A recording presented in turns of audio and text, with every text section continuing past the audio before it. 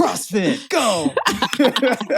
I just want to share, I know this is like episode number 11 billion, but I still get like the nervous. It actually is like CrossFit. I'm like, I have to nervous pee. Like I swapped for matcha today because I was like, okay, maybe if you show up with matcha instead of coffee, you won't be like, ugh. So I'm trying to do the most, but you know. Well, I'm glad that you still get nervous because I definitely still get nervous when people ask me to be a guest on the podcast. Well, and thank you for coming on, Laura. Before this, so here we go. I've got cold brew iced coffee. We're all just choosing violence today. We're just going to be amped up for this. I love it. So, Laura, what is the weather like there? Because it's been poo-poo in California. And I don't know, you probably don't follow the Overheard in LA account, but it's basically like a meme account that they just like roast everything. And so people have been wild on that account just because California's been like snow, rain. What is this? 30 degrees. So what has it been like? I saw a picture that LA got snow, which is like, or I guess not LA proper, but like the mountains right outside of LA. That's wild. Here in Colorado, it was blowing sideways about 20 minutes ago, blowing snow, and it's starting to turn blue sky. So doing what Colorado does. Not really sure.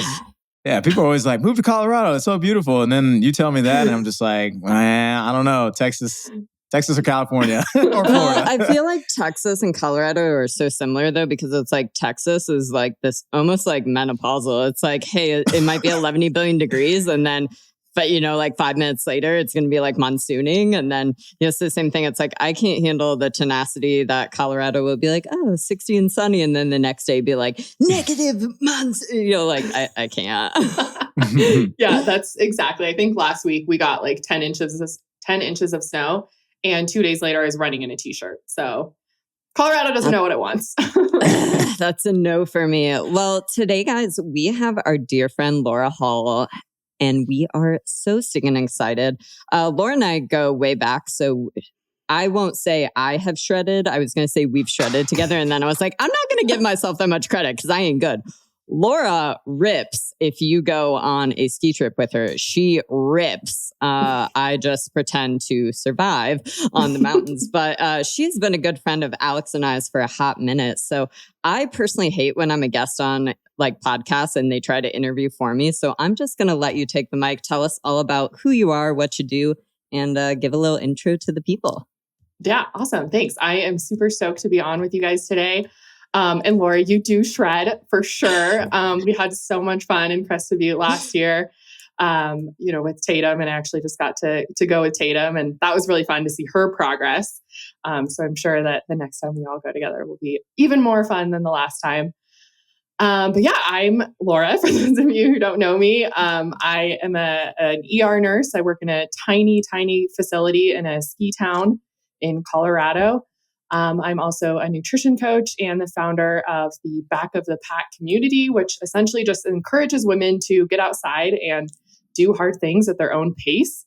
I think a lot of times, like I was super lucky. I grew up skiing, I grew up backpacking, mountain biking, doing all of the things outdoors. But I recognize that that's like a super unique situation for a lot of people. So super stoked to bring Back of the Pack and encourage people to, get out, try new things, even as an adult. And so that's kind of me, a Jill of all trades, master of none in a lot of different areas. That's so funny because I literally because we always like write out the intro that we want to say when we record it. And I had actually put like a jack of all trades. So I actually love Jill of all trades and I'm going to steal that.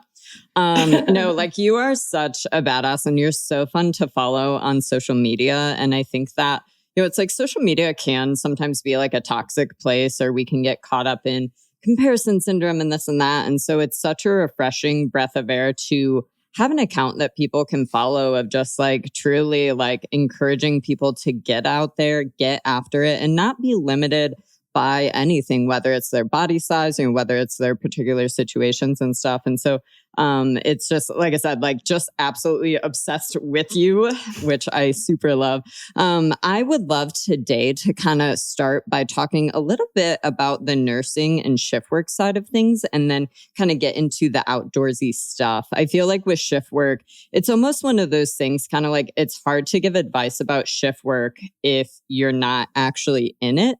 Just like it's like, it would be the coaching equivalent when people are like, hey, well, you should sleep 7 or 8 hours a night. And every parent that has kids is like, okay, Yeah, but like, no. fuck off, because Yeah. like, what is that? Right. And so same thing, Yeah. you know, it's like with shift work, that can look a lot of different ways, but same thing, you know, it's like, it's not feasible during most situations to be like, oh, I'm going to sit down and have a real meal or stuff like that. So I'm super like excited to kind of nerd out about that. And then obviously like the outdoor stuff is what you're known for, and we'll love to get into that too. So I'll kind of just open the mic saying, you know, you are a travel nurse. What does that look like? How long have you been doing it? And then what does that kind of day to day look like for you?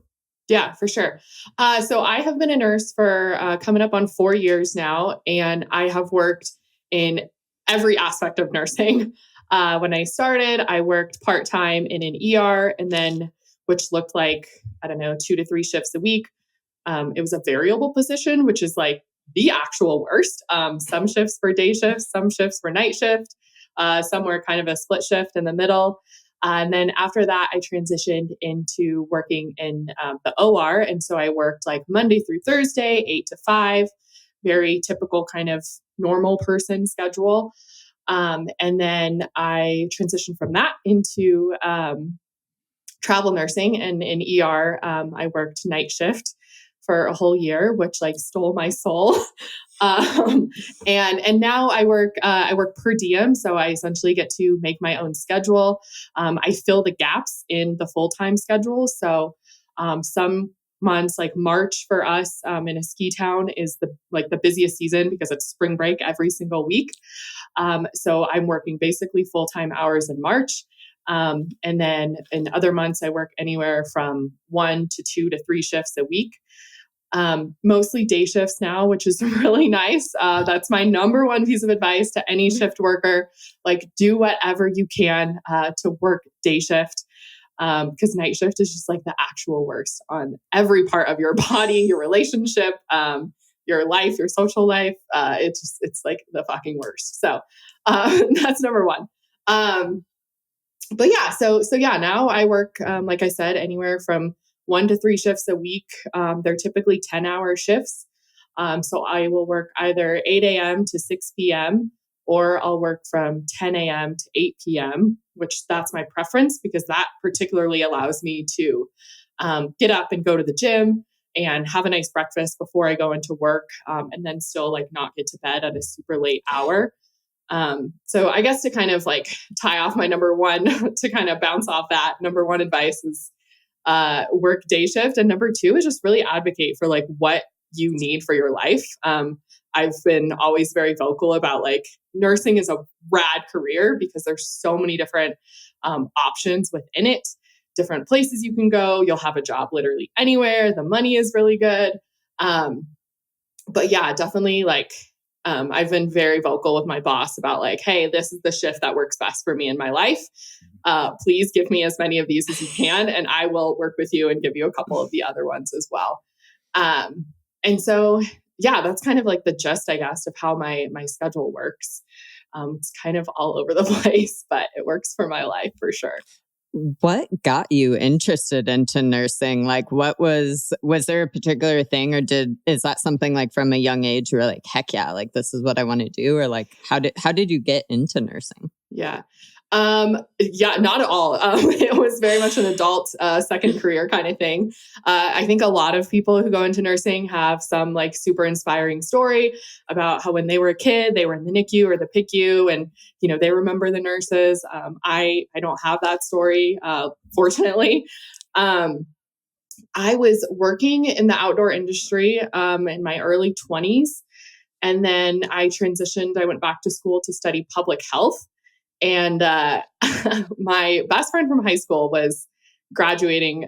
She was getting her master's degree in public health.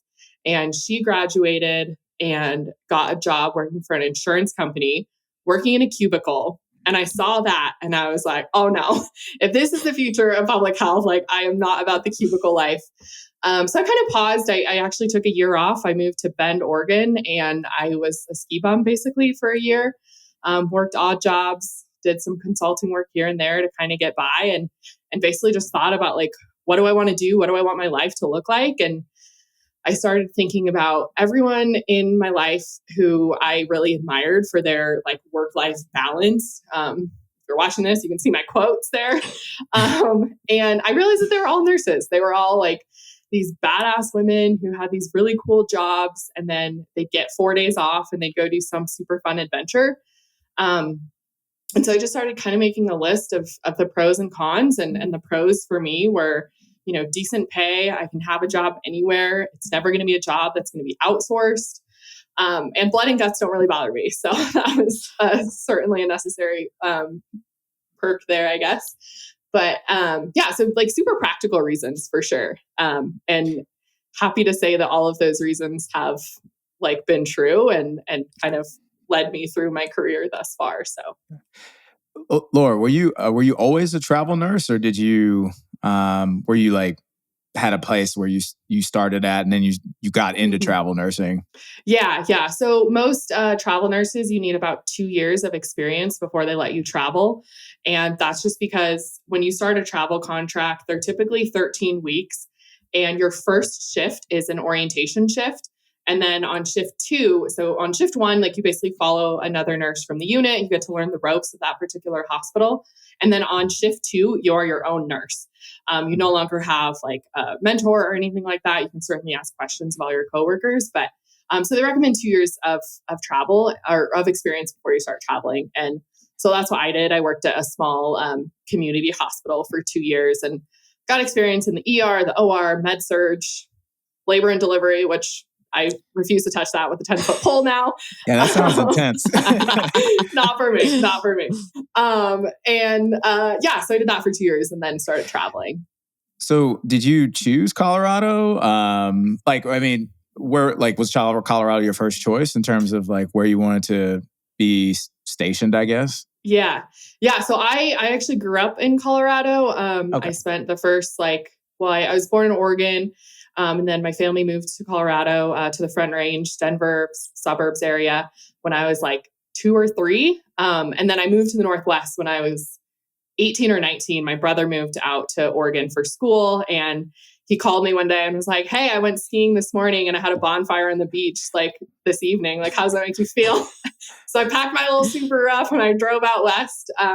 And I spent about 12 years in the Northwest, in Portland, Oregon, Bend, Oregon. Oh, I love Portland. Yeah, Portland's super fun. And then Port Angeles, Washington, most recently. And then, but gosh, after like 7 years, it really started to get to me for sure. 7 years up in Washington, the gray and the drizzle, just like the constant low hanging cloud. And my husband, Jared, is born and raised in Port Angeles. And when we got together, that was about 8 years ago now, he told me that he was born there, he was raised there, and he was never going to leave.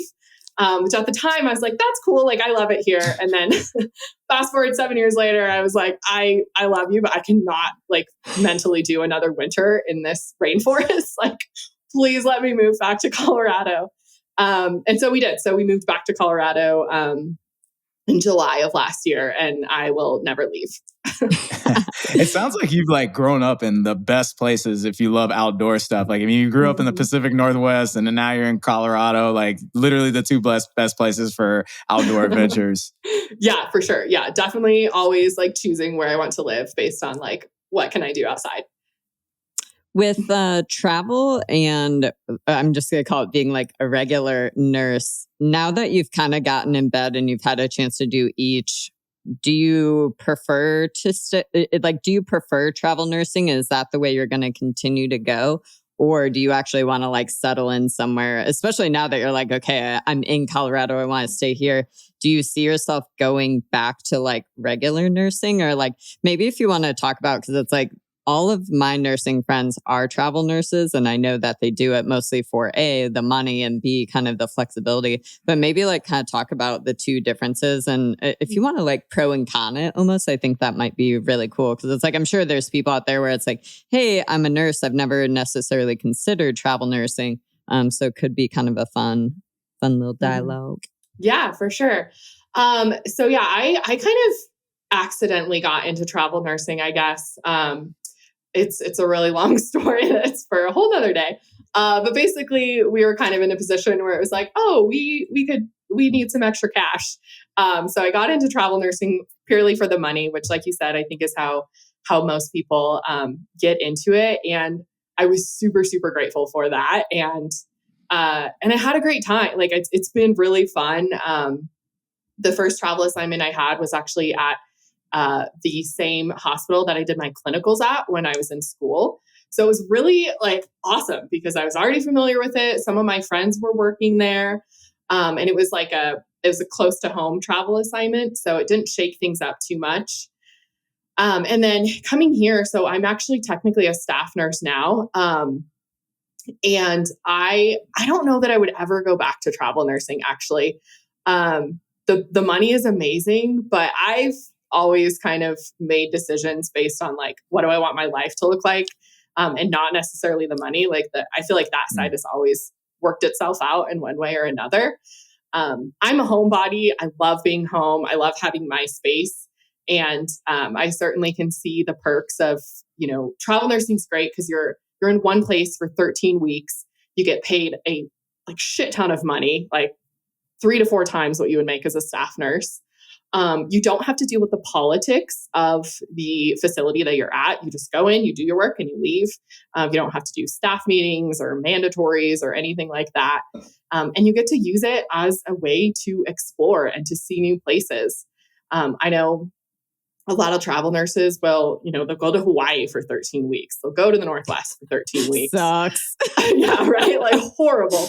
And so, yeah, it's a really, really rad way to see the country and make a lot of money while you're doing it. Like for me, what travel nursing enabled me to do was I took a lot of time off. So I kind of made a bunch of money, saved a bunch of money, and then took a lot of last summer off once I stopped my most recent contract. And I just kind of lived my life for the summer. And now I'm, at a place where I only work a few shifts here and there. And I think all of that is in thanks to that money that I made initially. But yeah, I would say the cons are just not really having a sense of home. And for me, that was something that was really important and something that, where I've landed now, it's a small ski town ER. We're not actually attached to a hospital. So we basically bring patients in, we triage them very quickly, we discharge them very quickly. It's mostly like ortho trauma. So ski, blown out your ass on the ski on the mountain. Snowboarders breaking wrists and clavicles, skiers busting their knees. That's why I won't do it. I know. I'm trying to convince my husband doesn't ski, and I'm trying to convince him to. But then I come home and I tell him stories of one of the common things that we see is called the tib-fib fracture, and it's basically where a skier, their ski boot, and then the 2 bones in their lower leg will break over the top of their ski boot. It is the gnarliest thing. Not a lot bothers me, but taking a ski boot off and feeling someone's foot shift a little bit is just ugh. It makes me want to stop skiing. Getting off that ski lift, I've gone skiing once, and getting off the ski lift was literally the most terrifying thing I've ever done in my life. That was terrifying. I butt scooted all the way down the mountain because I could not ski, man. People are like, oh, do what's that, pizza, right? With the skis, pizza. Yep. And I was trying a pizza to slow down, and all I was doing apparently was French frying, and I was just blasting down this mountain, and I just sat down. Yeah. not to for sure. Track a little bit, but actually, you could have been seeing me in the hospital for sure. Yeah, I don't blame you at all. Actually, working there has made me a little bit more of a hesitant skier for sure. I'm that can happen to even good skiers. Oh shit. I will say strength training, I've started to ask people hey, do you strength train? And everyone I see that has a blown out knee does not have a regular strength training routine. So plug for that. So if you ski, go squat. do your squats, do your lunges. But yeah, so yeah, back to the nursing though. I feel like I've kind of landed at a dream spot as far as ER nursing goes. I have a really hard time thinking that I am ever going to leave where I'm at. And so yeah, I think that travel nursing is awesome. I think if I maybe was single, maybe if I didn't have a husband and a dog and a home that I loved, I think travel nursing would be rad. If you are single and maybe if you have a dog or if you have like a travel trailer or a van, like live your best life and go travel and use it as a way to, you know, to see the country and to, you know, maybe figure out where you eventually want to put down roots. But yeah, for me, I'm too much of a homebody to consider doing the traditional travel thing again.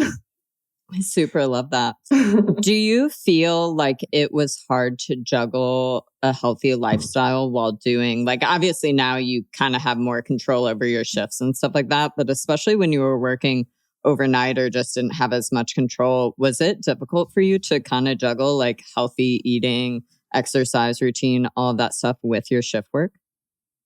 Absolutely. Yes. It kind of, for me, it started in nursing school. And I think there's this really unfortunate, kind of like, I don't know what the word is, but there's this like underlying idea in the nursing world and in particularly in nursing school, that you can't take care of yourself while you're in school.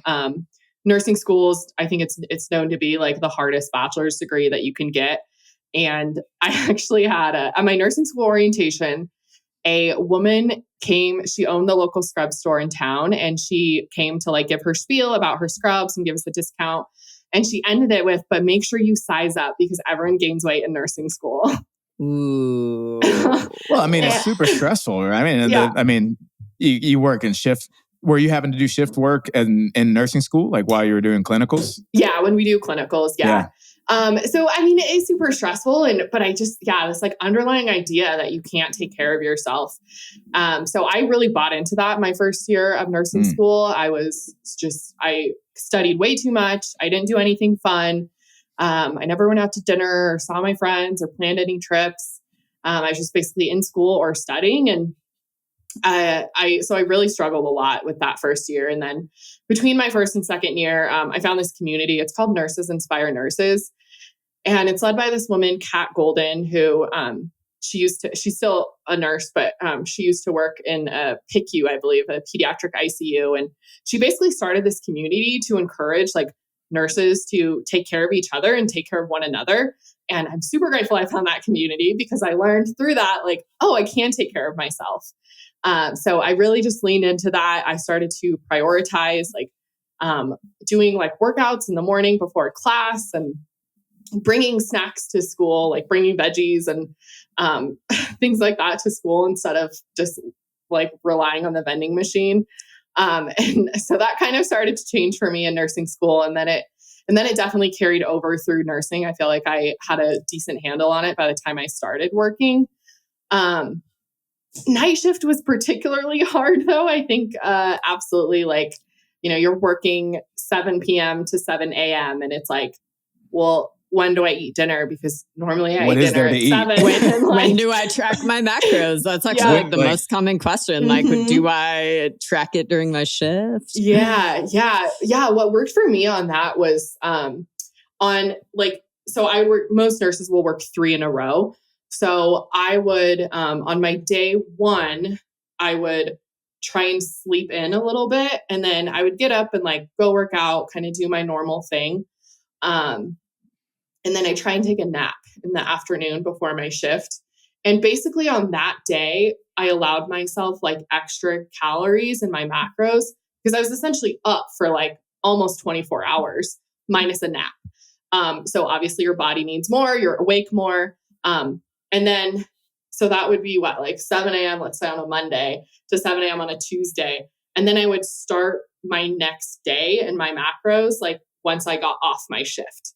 So I would go home, like I would essentially like eat dinner at work at like 4 p.m. And then I would go home and go to bed. I'd usually have a snack right before, but I would count like as soon as I got home, I would count as like the next day. That makes sense. Interesting. I feel like I need like a graph to show I like. Well, like an infographic. Hook us up here. So that's what worked for me. I know some nurses will like, they'll just do like midnight to midnight. And if they eat at work, like after midnight, so, you know, in the last 7 hours of shift, like they'll count that as a new day. But for me, like that made it a little bit weird mentally because I was like, but wait, like this is still my day. Like I'm eating lunch right now. This shouldn't be the end of my day. So yeah, I would essentially count like my first day would be a really, really long day. And then after that, it would basically just kind of be a normal day. Did you experience any like health issues pop up like while you were in nursing school or even, while you were practicing? Other than like gaining 40 pounds, no. No, I was luckily, I think I did a pretty good job at least of like taking care of myself, and still like I was not shy about like prioritizing sleep at all. And I think one of the biggest struggles I see with nurses is they'll cut their sleep because they think that their workout schedule or their life schedule has to look like everyone else's. And I just don't think that that's realistic. Like, if you work, a 12-hour shift is really 12 and a half hours when you add the extra half an hour for giving report before you leave. And if you commute a half an hour on either side, it's like there's not really a lot of extra room if you also want to sleep for 8 or 9 hours a night. And like being on your feet for 12 hours is really stressful. It's really hard on your body. So I always just took my shift days as rest days. I'd work out like before shift 1, if it was a night shift, I'd work out that day, but then I would make the other 2 days just be my rest days, and kind of work around that, which I think more nurses would be better off if they did that instead of like, oh, I'm going to wake up at like 4 a.m. and get my workout in before I go into this 12-hour shift where I'm on my feet all day and like being yelled at. So. I love that you share that though, because I was just asking our friend Carissa, she just moved down to kind of San Diego area for a shift contract as well. And so same thing, it was like, I was asking her, I was like, so how are you maneuvering? Like when do you track your macros? What do you do? And she actually does the same thing with, if she is working shift, she's not, that's just a rest day for her. And then she's just prioritizing, 3 to 4 days of strength training, which I think is super awesome. Mm-hmm. Yeah, absolutely. Yeah. And it's totally doable because you still have 4 days off. So you can still, lift or run or do whatever. It's just not going to look like everyone else's. And I think that that's the biggest struggle I see nurses have is, you get this templated program and it's designed for, people who work like a normal 8 to 5 or whatever. And it's like, well, you don't work an 8 to 5. Like you have to change it. You have to shift days around, and it's absolutely doable, but there just has to be like one iota of creativity in there.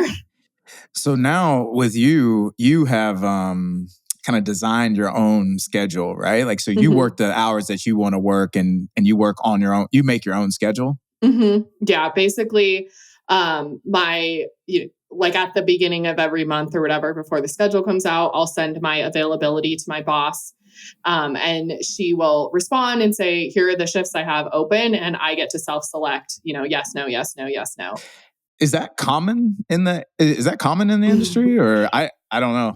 Yeah. So most hospitals and facilities will have a per diem nurse is what it's called. And it's essentially, I don't get benefits. I get paid an extra 15% in lieu of benefits. And so a lot of hospitals will have that. And just to fill in those gaps, especially over summer or the holidays when the full-time and part-time nurses want to take their vacations, we are there to fill in the gaps. Most hospitals will require a per diem nurse to work like 2 shifts a month at minimum. But yeah, it's as far, I don't know. Per diem life is best life, and any nurse who works per diem will tell you that, because I can work like a bunch in the first half of the month. Like for example, in March, I'm taking all next week off. I'm going to Denver to see my dad who lives down there. So I'm taking a week off without having to like ask for PTO. And then I'm just working a bunch in the latter half of the month to make up for it. Do you still think that it's a common problem in the healthcare industry, in the nursing industry, to like do kind of what you were saying, like people don't take care of themselves, like people who work in healthcare? Yeah. I read a study not too long ago that basically was like nurses are like the least healthy, which is really sad. That's wild, right? Like, providing healthcare, but yeah. Mm-hmm. Yeah. And I remember seeing it when I was in Duke starting my clinicals, which I mean, really wasn't that long ago, 5-6 years ago when I was in school. All of the nurses would like take their smoke break and go like smoke a couple cigarettes, a couple times a day. And I was like, that's like, if you learn nothing in nursing school, you learn that like smoking is like the worst thing that you could possibly do for your health. And here you are smoking.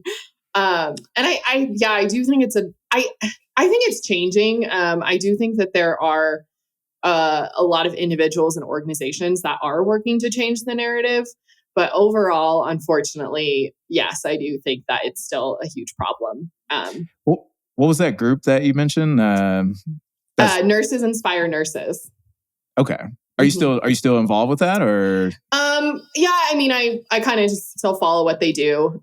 There's another one that's I think it's called Healthcare Strong, maybe, and that's led by a nurse who's also a personal trainer, and that one's really cool too because she really speaks a lot to like, how do you take this traditional workout program and make it work for a nurse's schedule? So yeah, I think there's some awesome organizations out there that are like trying to change the narrative. I think it's just going to take a lot longer than we want it to. It's interesting because I noticed like at CVS, whenever I pick up my prescriptions, there's now like a sign that they have that says like, hey, we'll be taking a lunch break from, like 12 to 1 every day. And I thought that was so interesting that it's like somebody clearly that was a problem that people had to advocate for, like, hey, we're not getting, breaks to actually eat food or go to the bathroom and stuff. And so I think for listeners, it could be super helpful because a lot of people don't realize that most nurses don't get tons of opportunity to like use the restroom. You don't really get opportunity to like sit down and eat a full meal. Like all the nurses that I follow, they talk about kind of like this adult lunchbox that they will pack for work and stuff. So maybe if you could kind of share about that, I think people would find that super interesting. Mm-hmm. Yeah, absolutely. Sitting down for a 30-minute lunch, like in the 4 years I've been a nurse, I've maybe done that 12 times. Super rare.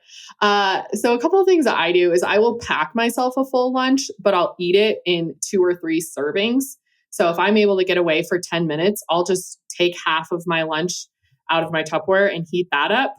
So that way I'm still getting, several hundred calories, a good mix of all the macros. And then, a few hours later, when I get another 10-minute break, I can eat the other half of my lunch. But yeah, realistically, sitting down and eating a real meal is just not super plausible for most nurses. I also am a big, big fan of like scrub snacks. So I will keep like beef sticks and cheese sticks, applesauce packets, things like that. I'll keep like in my pockets or I have this little like DOP bag, like a little Patagonia black hole duffel that I just stuff with snacks and like my pens and, all my nursey things.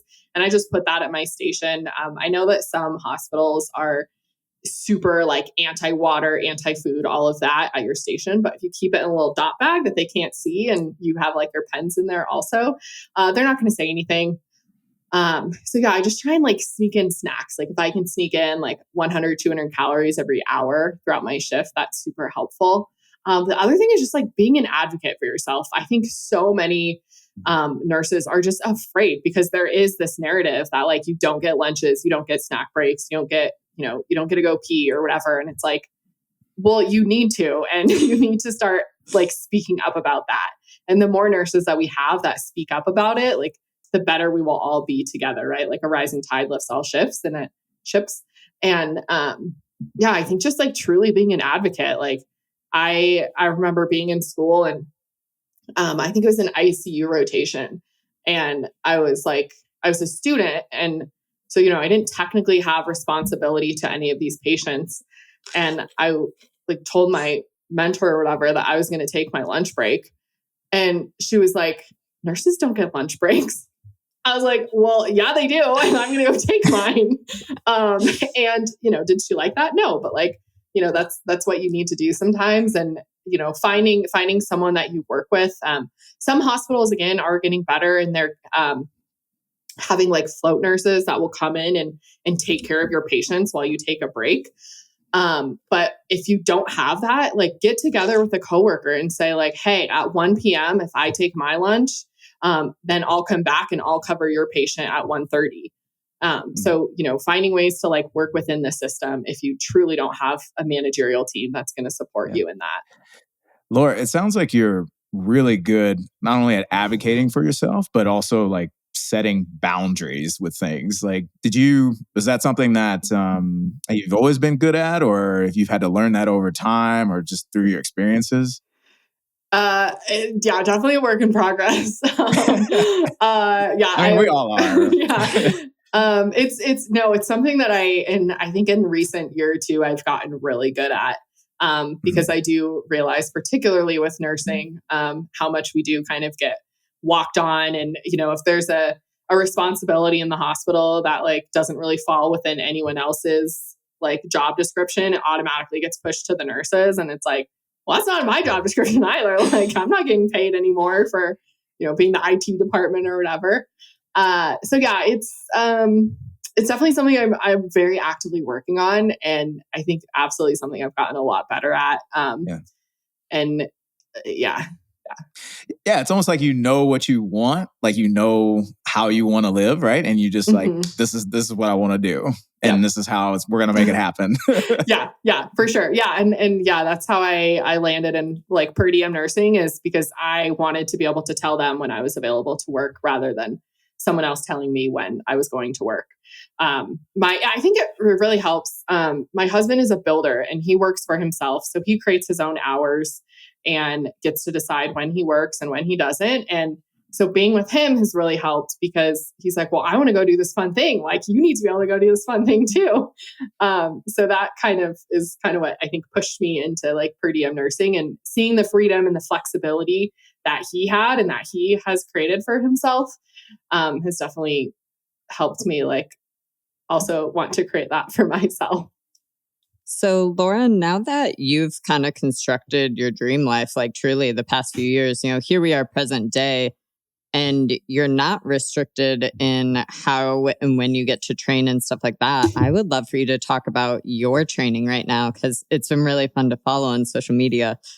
So I think kind of sharing what you're up to these days and how you're able to kind of balance. Because I actually think about that some days where I'm just like, damn, she's just outside all the time. Like how do I create that for myself? And it's like, I'm just not there yet with my business. It's like, I haven't created that opportunity, but like, it's so cool to see that. It's like, sometimes your stories are like, what's up? I'm at work. And then most of the time it's like, I'm outside, I'm having fun, I'm doing the thing.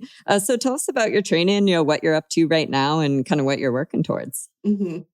Yeah, I'm currently training for a super gnarly mountain marathon, which I'm like very nervous about. Oh, what's it called?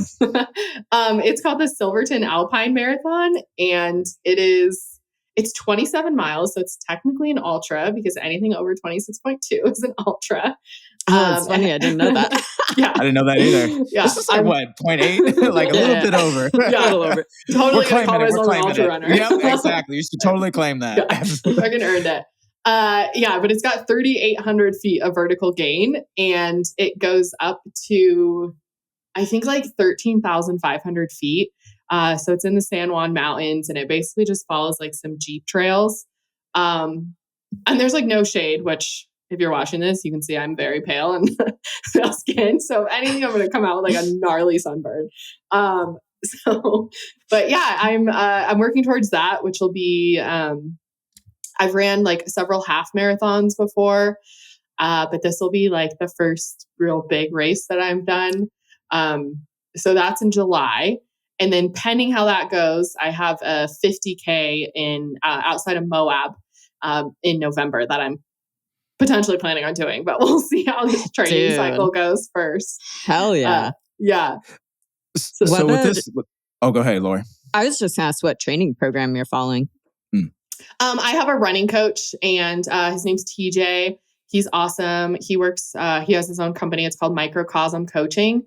And so he programs all my running for me. And then I do like 2 to 3 days of lifting on the side. But I've been working with TJ for a little over a year now. And he's awesome because he's also a sponsored skier. So he gets the like multi-modality athlete. And he will program like mountain biking in for me in the summer. So he knows that I'll go crazy if I am only running all the time.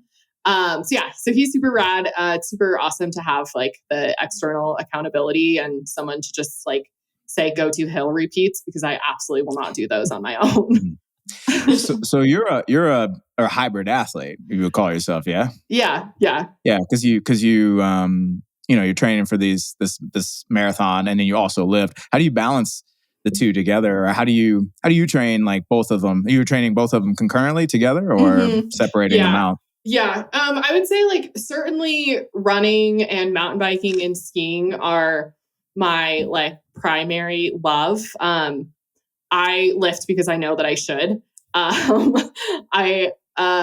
Like I said earlier, like definitely seeing like all the ski injuries and stuff that I see and knowing like that strength is super important for endurance athletes.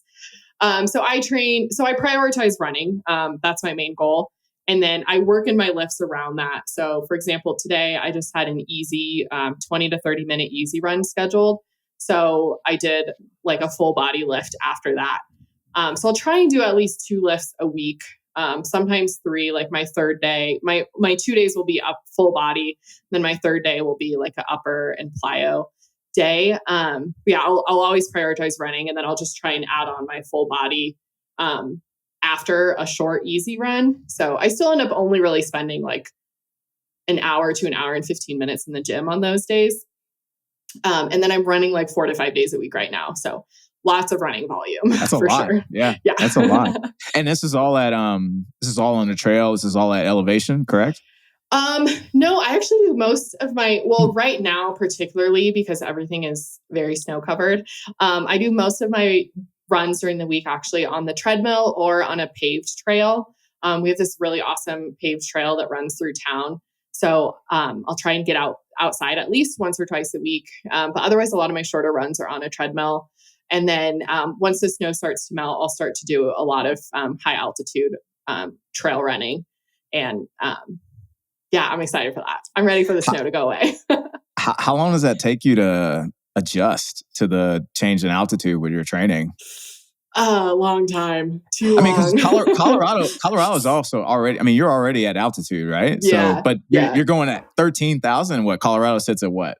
Like 5,000? Yeah. I live at about 6,500. 65. Yeah. Okay. I'm on the western side of Colorado. It's about 6,500 here. And then, this race is going to be between 9 and 13.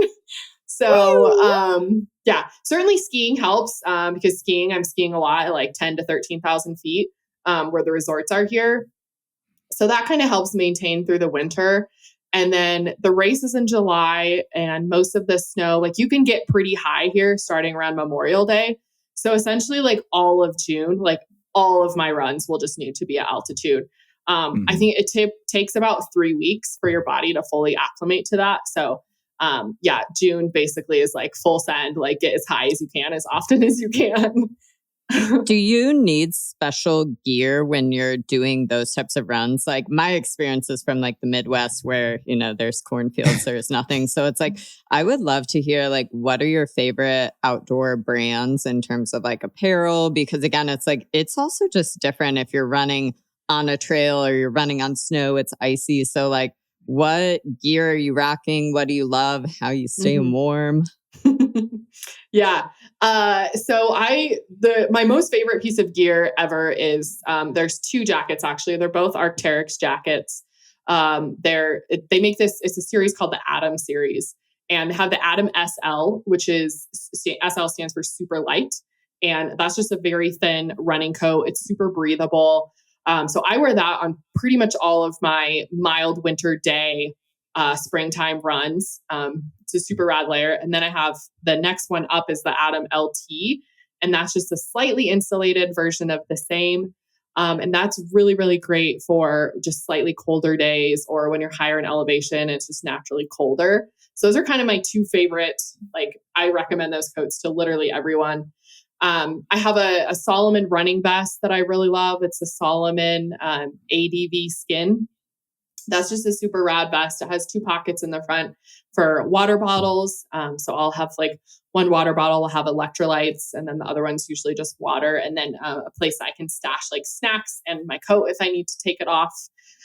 And then as far as like, if it's icy or snowy, Yak Tracks or some sort of like micro spikes, or these little like rubbery, stretchy things that have little like metal pieces on the bottom that will provide traction if you're running in the snow or the ice. Cool. It's super helpful. You definitely don't want to slip and fall. No, quite frankly, like if it's that nasty out, I just go to the treadmill. It's not worth it to me to risk that slip and fall. But those are really great, especially even just for like winter hiking. Those are really awesome. But running on ice and snow kind of it's not my jam. I would much rather. Can you put those on any shoes, or do you have to? Do they only come with like certain style of shoes? If that makes sense. Yeah, you can put them on any shoe. They're size like small, medium, large typically, and they'll just stretch over the heel and the toe of your shoe. So they're all right. Super rad. We just had a podcast with Brian about cardio. So I want to know what's your shoe brand? Like, what are you rocking? You know, I am actually, as we speak, I'm in the hunt for my next perfect shoe. Okay. Jared gave me shit the other day because I had ordered I had an REI gift card and I ordered some La Sportivas, some trail shoes, and he just looked at me and he's like, some stereotypes are true. Because I have so many shoes. I'm constantly looking for the perfect one. So far, though. You're in a group of shoe hoes up in here. Yeah. Yes. Someone please tell my husband that it's okay. Like, I'm just pretty give him minimalist. my phone number. Yeah. I'm pretty minimalist when it comes to most things, but shoes are hard. So yeah, I'm super stoked, mostly on the Ultra Lone Peak. That's kind of my go-to trail runner. Ultras are designed to have a wider footbed, more a roomier toe box. And then they're also a 0-drop shoe. So your toe and your heel are at the same level rather than like your heel being a little bit elevated. I'm a big fan of those. And I think I'm certainly trying to try out a couple other shoes, but I keep going back to that one. So I think that's, the Ultra Lone Peak for sure is the winner there. I want to love ultras. I just can't handle the colors. Like, that's what we were talking about in the last podcast is I'm like, yo, I read everything and I'm here for it. And I'm just like, who chose violence and was like, hey, here's the colors you get. I'm meanwhile on Amazon looking at the old colorways being like, oh, I'll take a model that's a little older if I can have at least like this guy. Ultras, that's super dope. Yeah, ultras are so ugly. The other brand I really like is Hoka, which is even uglier. I don't know what their designer is doing. It's probably part of their brand because you notice them. They look like marshmallows. They're the most hideous neon colors, weirdest color combinations, but they are so comfortable. So they're doing something right. But yeah, unfortunately, the best shoes are the ugly shoes. That's exactly what. That's facts. Facts, big facts. It's why? Well, Why? I love all that. Laura, I'd love to talk about, you kind of mentioned you got into nutrition coaching. So before you get into that, do you see yourself wanting to get out of nursing completely? Or is it you just want to kind of ride the wave of juggling, coaching, and nursing? Yeah. Yeah, that's a great question. And depending on the day, I would give you a different answer. Most days, particularly with kind of where I've landed, I foresee myself continuing, but lessening the number of shifts. Again, the beautiful part of kind of where I am is I get to choose how many shifts a month I work. And I could see myself dropping down to 1 or 2 a month. That was just kind of I'm doing this to keep my skills up, to keep my head in the game, but I don't really need the money. So I guess really the answer is I foresee myself wanting to get to a place where I don't need nursing. Right now it still provides a very valuable piece of our income. But I would for sure like to grow my business to a place where nursing is optional and I only do it if I want to, because that would just be amazing. Oh, I was going to say, what kind of clients do you tend to work with? What kind of people do you tend to work with? A decent amount of them are actually nurses. I think that's just kind of by virtue of what I share. And I actually started so most of my clients come from Instagram, and I started my Instagram when I was in nursing school, and I shared kind of the journey of nursing school and becoming a nurse. So a lot of my following is nurses. So by proxy, a lot of my clients are nurses. Most of them are similar to me, where they have kind of tried a little bit of everything as far as wanting to lose weight. They've tried Weight Watchers or Beachbody or keto or vegan or all these weird things that they've tried. And they're really just looking for balance of hey, I want to feel good and strong on my adventures, but I'd also like to shed a few pounds so I can feel a little bit better in my body and a little bit stronger and more capable. You recently did a deficit, a cut. peeping on your Instagram. And you obviously, yeah. How do you balance that? Like, how do you find that balance between, wanting to lose weight, but then also, doing all these other things that you love doing? Yeah. I just finished a cut. I basically started in the first week of October, and I just finished like last week. And I took it really slow. In that time period, I lost about 15 pounds. And then prior to that, over the summer, I'd kind of like unintentionally lost 5 pounds. And that was just moving back home to Colorado and like being more active and happier. I basically, I started working with Sarah Tierney at Hard House. Like, shout out to her. She's the absolute queen, the best. I started working with her around this time last year, and just kind of like really leaned super hard into maintenance mode, because I knew that like I had a lot of summer adventures planned, and I wanted to feel super strong and capable on those.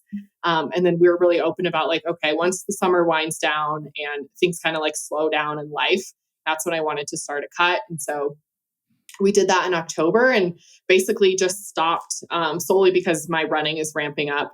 My long runs are starting to push like 8, 9, 10 miles. And I could feel my body being like, yo, like you need more.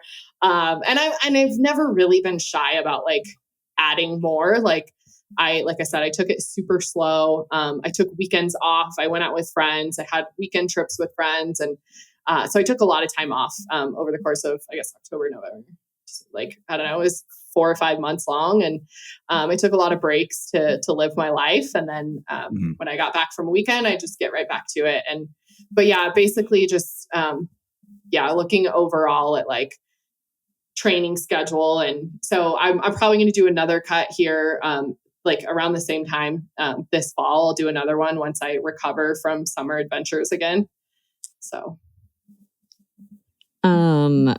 Yeah, that's really cool. Cause I think sometimes it's like the nuance of explaining, like, you can do it all, but maybe you can't do it all at once. And that's not always true, but it's like, we have to be so careful about how we encourage stuff. Cause it's like, you are doing so much, but mutually you were in a deficit, and it was all carefully kind of calculated, which is really, really cool. And, it's like, do you think if you didn't have, obviously we love Sarah, and we definitely want to have her on the podcast at some time because she's absolutely amazing. But do you feel like if you didn't have that coaching accountability, do you think you would have had the same outcome, or more was it just good to have somebody supportive? Like, do you think that equation would have changed if you wouldn't have had a coach to kind of help you juggle all that? Yeah, I really loved working with a coach. And I mean, I'm still working with her, even though I'm not doing the cut. I have the knowledge, obviously, to do it myself. But I've also tried that before. I've tried a lot of different things on my own. And I think for me, there was definitely like some mental drama. And then also, so like having like Sarah be able to talk me through some of that, some of the body image stuff, particularly when I was like hanging out in maintenance land. And Sarah's like, that's her forte for sure. So being able to have that, and then, just kind of have someone be like, yeah, it's okay. Like, you had a big weekend, like eat more food. Like, yes, you're in a cut, but like, you still need to give your body what it needs. And every day is going to look a little bit different. And so, yeah, just kind of someone there to talk me off the ledge, so to speak. And, remind me that like, I'm not crazy, and my goals are valid, and it is possible, like you said, to, you can do it all. You just can't do it all at once. And, having that guidance and that cheerleader and accountability, was super awesome. And I mean, we didn't even really change my macros. Like, I went into a cut and I just kind of stayed at those macros for like 4 months. But it was more like the mental side that was super helpful. Yeah, it's super helpful to have somebody, like just, encourage and allow you to give yourself permission to do what you already know is, the right thing to do for yourself. Yeah. Yeah. A little backup. Like, okay. Yeah. Yeah, that's right. Laura, did you personally find first of all, when did you start getting into nutrition coaching? Because that's definitely newer for you. So when did you get into nutrition coaching? I got my certification actually right after nursing school. So I've had it for a Okay. while because I knew, like, going through nursing school, we take a year of nutrition, but it's very much like textbook, like, you go off protein as the RDA. And I just, I was like, oh, this ain't right. Yep. Yeah. So I knew, like, I knew when I graduated school that, like, I didn't really learn what I wanted to know. And also I think kind of to tie it back to what we were saying earlier, like, there are so many nurses that don't know how to take care of themselves. You spend all this time in school learning how to care for other people, and you spend all this time at your job caring for other people. And it's like, what about you? Like, what about caring for you? And so I really, I saw this gap right away. So I actually got my PN1 pretty much right after school. And, but I didn't really do anything with it until pretty recently. I finally was like, okay, yeah, like I have the capacity to really do this and start helping other people. And I think part of that too was I needed to kind of go through my own shit first and figure it out Mhm. there, and come out the other side and feel confident and being able to kind of lead others through that as well. Was it intimidating for you to start your own business? Because I know like one of the biggest things people struggle with is like imposter syndrome and just kind of like this, do I even know enough to be coaching people and stuff like that? But like, did you personally find that you were intimidated to just like get started and to actually like start working with clients and stuff like that? Or was it pretty intuitive and like natural to you from day one? A hard, heavy dose of imposter syndrome every day. Yeah, I think it's yeah, and I think I definitely struggle with imposter syndrome in just about every area of my life. I think everybody does. Yeah, it's We all do, Same. by the way. yeah, a constant struggle for sure. But It's then you constant. get that no from that client that's like, they something clicked and they figured something out, or they're seeing the scale drop. And I have one client right now who she struggled so hard for so long, and now it's like the scale's dropping, and she's like smashing protein and she's smashing workouts and she's super stoked for a summer adventure. And so you get notes like that and clients like that, and you're just like, okay, yes, I got this. I can do this. Like, Yeah, it only takes that one little bit to just revalidate, like, yeah, okay, I know my shit. I know what I'm doing. yeah, yeah, Let's for fucking sure. go. Yeah, yeah. I'm like, thank you, more of that, please. Oh, I love that. Do you want to talk about, because your tagline, you are like the queen of many taglines, which is awesome. But I know you talk a lot about the idea of like fueling your fun. But then if you Mhm. also just want to tie that into like with back of the pack, if you want to just kind of deep dive more about that, because it's like we briefly talked about it at the beginning, but it's like I would love for you to share more about that community and just what you want to do with it and where you want it to go. Yeah, yeah, for sure. So, Back of the Pack is a community that I started about this time last year, and it was very much that, like, create what you wish existed sort of thing. Mhm. I was looking for a trail running retreat for myself to go on. I had just kind of gotten back into running, and I felt like I wanted to go hang out in an Airbnb somewhere with like some rad women at like some cool mountain town, and go for a run a couple times, over the weekend. And so I started just Googling what was out there, and everything that came up was like $2,000 to $3,000 or more for a weekend. And it was like 10 miles a day. And I just felt like I wasn't there yet. And so I started just, poking around on Instagram, like, hey, would you be interested in doing something like this? And a lot of women said yes. A lot of women are like, hell yeah, sign me up. Like, where do I send the money? So I designed a t-shirt that said back of the pack on the front and nothing epic, just an epic time on the back. And I put it up for sale on Bonfire, and I sold like 100 and something shirts. And I took that money and I booked an Airbnb in Bend, Oregon, which is, where I had my ski bum year. And so that felt like kind of full circle appropriate. And I put up an application, link to an application, and 40 women responded that they wanted to go on this trip. And I was like, oh, so this is the thing.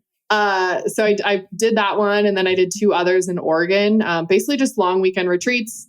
I booked an Airbnb in some rad mountain town, and go to Costco and drop $500 on a bunch of really good food and We take love some fun Costco. hikes. Yeah, it's the best. And so I think I've done like maybe 6 or 7 now. And it's been really fun. And then the other piece of that is we just, my friend Danielle has now come on to help me. I'm super introverted, which a lot of people don't actually know. It might be perceived differently online, but, in person, I'm very quiet and it takes me a while to like really open up to people. And, Danielle is like the ultimate hype woman. And so she actually attended the first retreat in Bend and then came on to join me, after that and really help like hype everyone up at the retreats and be the extrovert to my introvert. So we've done a couple together now and we have a full slate of them throughout this year. And we also like to provide like education and just kind of making the outdoors feel a little bit less intimidating for people who are maybe just getting into it. I have a question. What does back of the pack mean? Like, because in my mind, I don't know. Like, I'm always thinking like front of the pack. Like, but like, what does back of the pack mean? Yeah. So yeah, back of the pack was just kind of like, so at the time, I'm getting faster now, so it almost feels like a false advertising. Middle of the pack. Yeah, I am now getting close to a mid-pack runner. But I started it because at the time I was like a really, really slow runner, and but back of the pack is really just like really encouraging people that like you can still get out and do hard things even if you aren't fast or elite or professional. You know, a mile is still a mile and you can still summit mountains and go skiing and go mountain biking and like do all these super like rad things. Even if it takes you a little bit longer, like there's no like, you know, you have to like hike X number of minutes per mile to be able to like summit a 14er in Colorado. Like that's not a thing. And so I just really wanted to encourage people that like, you know, you don't have to be fast. You don't have to be an elite. You don't have to have like all the like best, fanciest gear. You just need to like go do it and go do it. Right. Yeah. Have an epic time. That's such a great message because so many people are so intimidated by really just doing anything, getting started with anything, like whether it's, you know, even lifting or running, trail running or whatever. It's always thinking like, well, I'm not fast enough or I'm not strong enough or I'm not good enough. Like you just need to do it. You need to start. It doesn't matter. A mile is, I love that. A mile is a mile. That's it. There's a quote from Ted Lasso. I don't know if y'all watch that, but he's like, I keep hearing about it, but I've never watched it though. Okay, it is so good. First of all, add that to your list. But he says like one of his players says something like, well, I'm not really good at that. And Ted goes, he's like, well, I wasn't really good at walking when I was a kid and look at me now. I mean, that's facts. And it's like, I think especially as adults, like we feel like we have to be good at something before we even try it. It's like, well, that's backwards. Like you can't be good at something unless you try it. So, I think a lot of times we're just so scared of looking silly or of not having the right answer or having to ask questions or showing up in the wrong like gear. I think especially, I love Instagram. Like it has brought my favorite people into my world, but at the same time, like, I mean, it can be super inspirational, but it can also like just this, like that of comparison. And, you know, you see like whatever influencer with like all the nicest gear and they know exactly how to like find the right trails and get their permits. And, you know, they drive no offense, Lori, they drive a 4Runner. I drive a Tacoma, so I'm the same though. Decked out for, I thought you drove a Subaru. I thought you were a Subaru. No. Subaru club. Oh, man. Yeah. I'm formerly Subaru. I'm Team Tacoma now. I drive a Subaru. And there's a really funny video I got to send you about Subarus and Tacomas, but it's so stereotypical.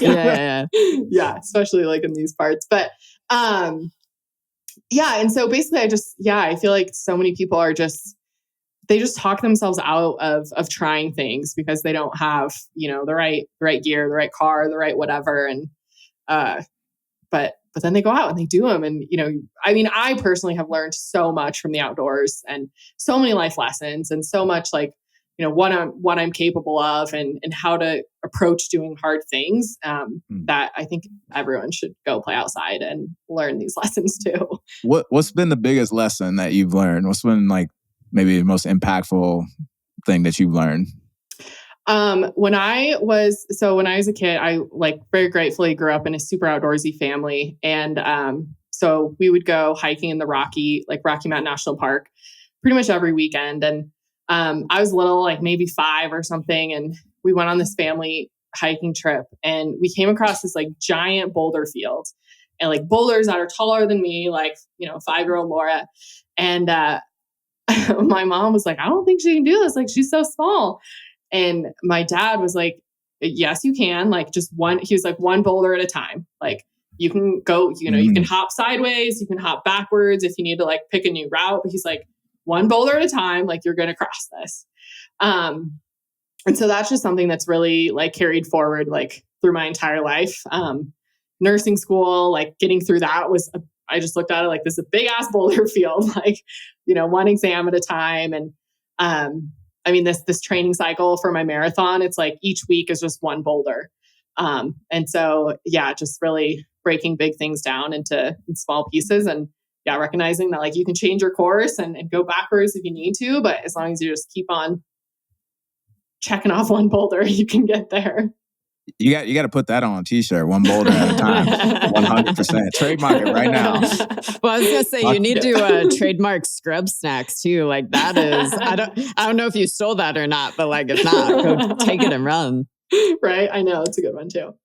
No, I think what you're doing is so cool though, because it's like I relate to struggling to do, like, I'm the opposite of you where it's like, I didn't grow up doing the cool stuff. Like in the Midwest, we didn't even have, we don't have oceans, we don't have mountains, like it's just flat. And so it sounds like the impression I've always gotten. I'm like, man, if I could go back in time, I need to be like born into Laura's family so I can like learn the things. But it's like, I never grew up, it's like I didn't grow up skiing. I didn't grow up snowboarding. And it's a little different, especially as a female, to be like, oh, I'm going to spend $500 and this weekend I'm going to go to the mountains where I don't know anybody and I'm going to try to learn a new sport. It's like, no, like that would be so much more inviting to be like, okay, I have friends that I can do this with. And again, it's like, can you imagine? I think about this every time I go snowboard, but it's like you always see the couple that is clearly on the first date and one of them is having a great time and the other person looks like they just want to like jump off a bridge. And it's like,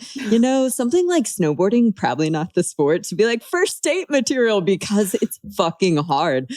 So I think what you're doing with Back of the Pack is just so cool because it's bridging that gap of, again, for so many years, I was sitting and I had things that I wanted to do. I wanted to get into wake surfing. I wanted to get into snowboarding, but I didn't know anybody that was doing the things I wanted to do. And so it was just like almost like waiting. And truly, I wasted so many years because I just wanted to find the people that were doing what I wanted to do. And so finally, I just, one day I was like, okay, well, if I can't find those people, I'm just going to become those people and I'm going to go start doing the things I want to do. And then sure enough, ironically, I started finding all the people once I actually just started showing up and posting about it. So I just can't say enough, like how excited, especially, this next year, like catch me on every single one of those trips that I can possibly be on. Because again, it's when you're talking about stuff like snow sports, the barrier to entry, just like Alex said, it's like, well, yeah, like pizza and French fries, but like it's freaking hard. And then meanwhile, you're watching little kids just like plow down the mountain and you're like, sick. I mean, same, me too, right? So I just love everything that you're doing so much with Back of the Pack. Thank you. Yeah. Honestly, one of the most gratifying things is, these women come on these trips and they're complete strangers beforehand. And then afterwards, they all form friendships over 3 days. And then afterwards I see them planning their own trips with each other. That's awesome. That's the coolest thing. It's like, okay, like the ripple effect of like, they went on this trip, they met people, and now they have the confidence to go out and do that, like do it themselves. And so that's exactly what I envisioned when I started this. And it's just like so rad to see that happen. So if you were a total beginner, what would you tell yourself, knowing what you know now about getting into like outdoor adventure stuff, like what advice would you have for like a total beginner? Whew. Yeah, similar to what Lori said. Don't go with a significant other. But I mean, yeah. I tried to take my husband skiing once, and this is when we were first dating. And he was like, "How do you turn?" And I was like, "I don't know. You just do. You just do it. You just do the muscle up, Jared. I don't know." But like, you know, I've been skiing since I could like walk basically. So like, I literally have no idea. I'm like, I don't know. My muscles just do it. So yeah, number one would be don't go with a significant other. If it's something like skiing or snowboarding, I would say take a lesson. And then as far as like other like hiking or camping or trail running, pick something close to home. State parks or county parks, pretty much no matter where you live, you're going to have something like that. So pick something like that. Pick, you know, like a 1 or 2 or 3 mile loop, and start there, and start with the gear that you have. You know, you don't need like fancy outdoor leggings. Like the leggings you wear to work out in are fine. The backpack that you bring your laptop everywhere, like that's fine. Your tennis shoes are fine. You don't need Ultra Lone Peaks to go on a hike. So yeah, I'd say start with what you have and start close to home. Alternatively, start searching Facebook for hiking groups in your area if that's like what you want to get into. There are so many like rad meetup groups and Facebook groups out there that have, you know, these meetups and education, and most people in those groups are just super happy that you're there and that you want to like try and get out and they want to help you. Or you can join the Back of the Pack community, where we literally like provide all of that for you, education and meetups and things like that. So, but yeah, mostly just start small and start close to home, and yeah, just start with what you got. Do you like? What's your opinion on? Do you like All Trails, like the app? I was going to ask that. Yeah. All Trails is definitely my favorite app for sure. There's like a pro version that lets you see more and save more or whatever. And it's not very much money, I don't think. But I'll make like lists of trails that I want to try out. I was literally on my computer doing that last night, making a whole list of trails in Colorado that I want to check out. But All Trails is really cool because you can filter by length. So you could say, I want to find something that's like under 4 miles, you know, something I can do in like an hour. You can also filter by difficulty. So easy, moderate, challenging. Certainly if you're just starting out, like pick easy or moderate. The more challenging ones are going to have a lot of vert, and you're going to hate it, and you're never going to want to do it again. Well, it's also scary and dangerous because I was reading on some hikes and stuff, and because I went to Oregon, and some of these hikes, like they were like, there's no trail, yo. Like if you get lost, you get like better bring GPS. I'm like, I don't have any of that stuff. Yeah. So yeah, for sure. Yeah. Pick the easy ones, pick what's close to home. They'll also like All Trails will have like the most popular trails. So those are good ones because you know that you're not going to be like the only person out on the trail. You're going to be, you know, you can ask other people questions. If you come to a T in the trail and you're not quite sure, there's always going to be someone around.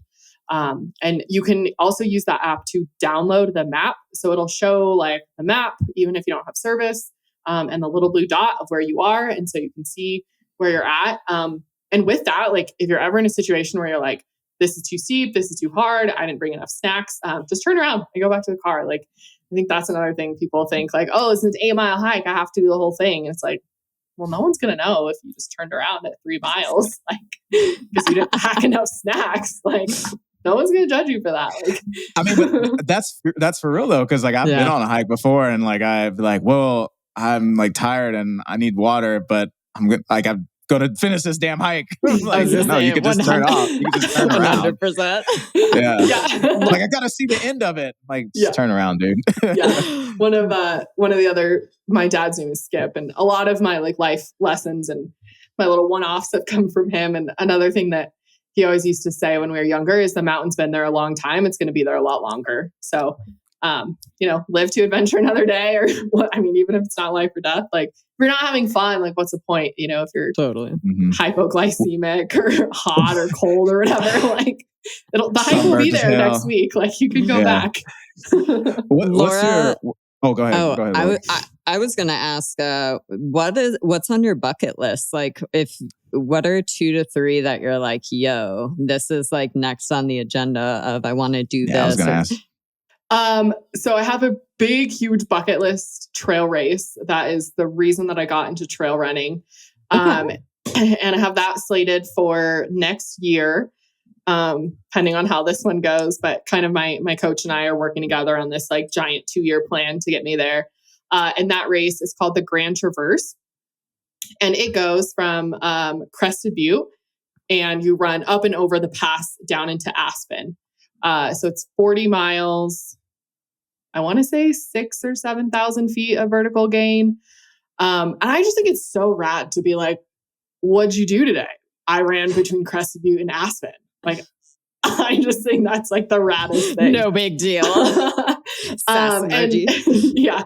So that one they actually do it as a run, a mountain bike, and a ski. The run and the mountain bike happen in the same weekend, and then the ski obviously happens in the summer or in the winter time. But yeah, the run is on my bucket list for next year. It's around Labor Day. So big time working towards that. Otherwise, like, honestly, I don't really have a lot of bucket list items, which is kind of funny to say. I think there's a lot of like, I really just want to explore like Colorado. I want to get like super familiar with like my home. I think I took it for granted growing up here. And so now that I'm back as an adult, I don't want to take like any summer day for granted. So there's a lot of 14ers. I mean, that's a big bucket list, I think, for a lot of Coloradans, is knocking off all the 14,000 foot peaks. I don't necessarily care about that. I would like to do a lot of the ones in my area, just because I look at them every day. It'd be fun to be like, yeah, I was on top of that one. But yeah, otherwise, I guess just like have the most fun and explore. And yeah.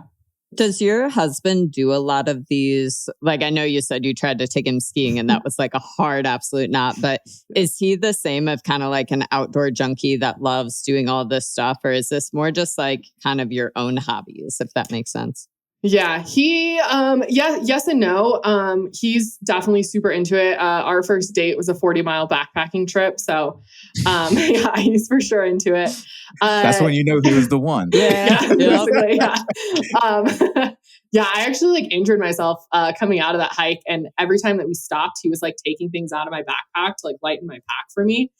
So yeah, that really solidified it. And then like 6 months after we met, we spent a month in New Zealand. We rented a van and flew our mountain bikes down there and just spent a month like driving around all over both of the islands and mountain biking. These days though, he's more into Jeeping. So he's a big like 4x4 Jeep guy. And so the deal is that he has to like drive me to the trailheads. And he'll go hiking and backpacking and biking with me. He's not like super into like the running side.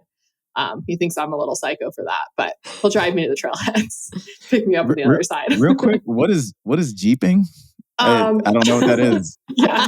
Is that Colorado? Is that Colorado for mudding? Like in the South, we got mudding. Yeah, basically. Yeah. Okay. Yeah, there's a lot of like 4x4 dirt roads around Colorado, and particularly like the San Juan and the Elk Mountains that you need, like, I mean, we're talking like a Jeep that like I can't physically get into without like heaving my body up to, like the tires are like this big, like tires like 4 feet tall.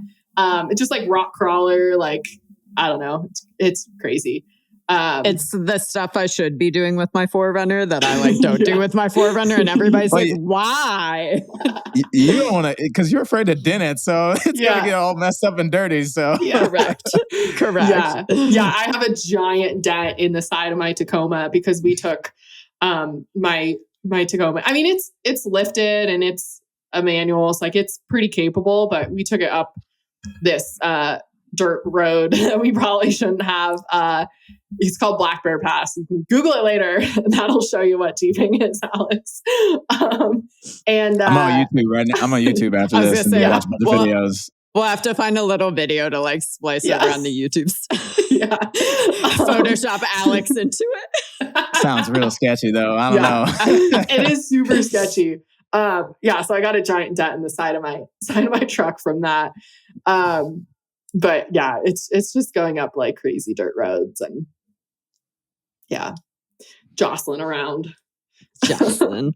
Well, Laura, you are such a badass, and we would love to just, thank you again for coming on the show. Why don't you tell people where they can find you, what, follow along on what you're up to?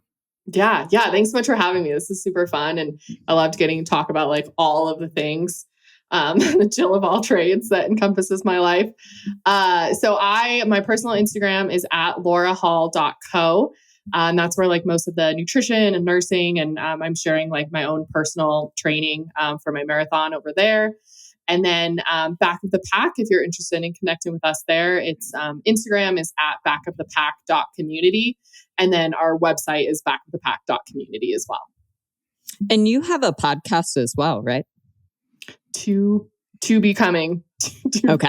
I was like, I've seen the behind the scenes, but like I said, it's like dropping soon.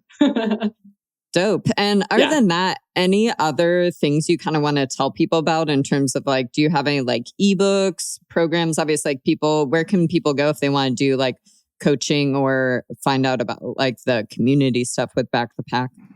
Yeah. So the best place to find the community for Back of the Pack would just be to follow us on Instagram. And that's where all the links are there, or certainly via our website. And then as far as like coaching goes, I have an application, is just tinyurl.com/fuelyourfun. Or certainly shoot me a message on Instagram. That's kind of my favorite place to connect with people. Heck yeah. Well, thank you so much again for coming on. Yeah. Thank you, Laura. We got, y'all. Yeah. Thanks so much, guys. This is super fun.